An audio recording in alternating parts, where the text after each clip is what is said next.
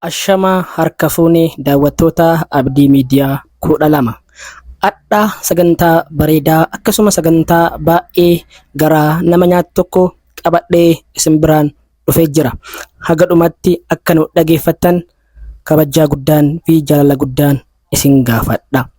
Sagantaan kunis maal yoo jettan waa'ee haadhaati. Haati siif maalii komentii jalatti naaf barreessi. Maarree akkas jedhee eegala. Haadhatu gaafa tokko intala ofii bira deemuuf dhalee qabattee deemsa eegalte.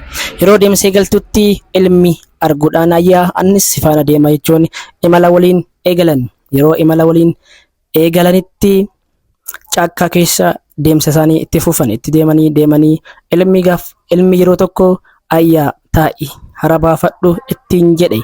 Isinis hin dinne ashi jettee osoo taa'utti jirtuu haadha saniin harka isii lamaan mukatti hidhee dhalee isiin qabattee deemaattuun san fuudhee gara mana haadha manaa isaatittiin gale.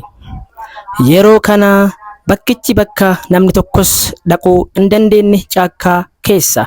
Akkuma beektan namni durii lukaan malee geejjibni hin jiru.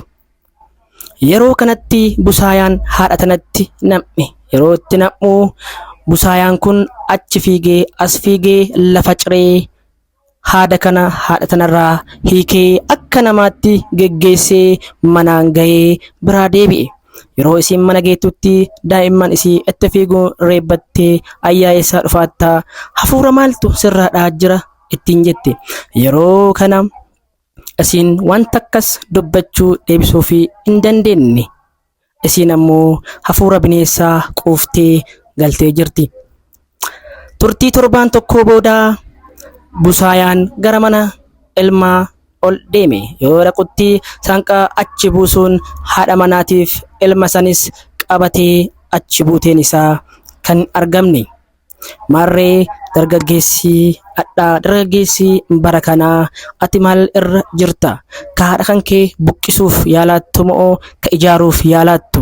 Ka uffadhu jedhaattuun moo ka isiin ka uffatte irraa baasaattu?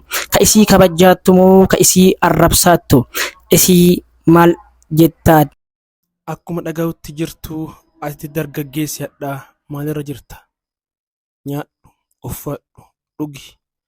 Kan hangadhaa naaf jettee xaartee furtee dadhabdee buqqoon kee walitti cabe hingaa jettee buqachiisaatta moo adharsa isii buqqisaatta?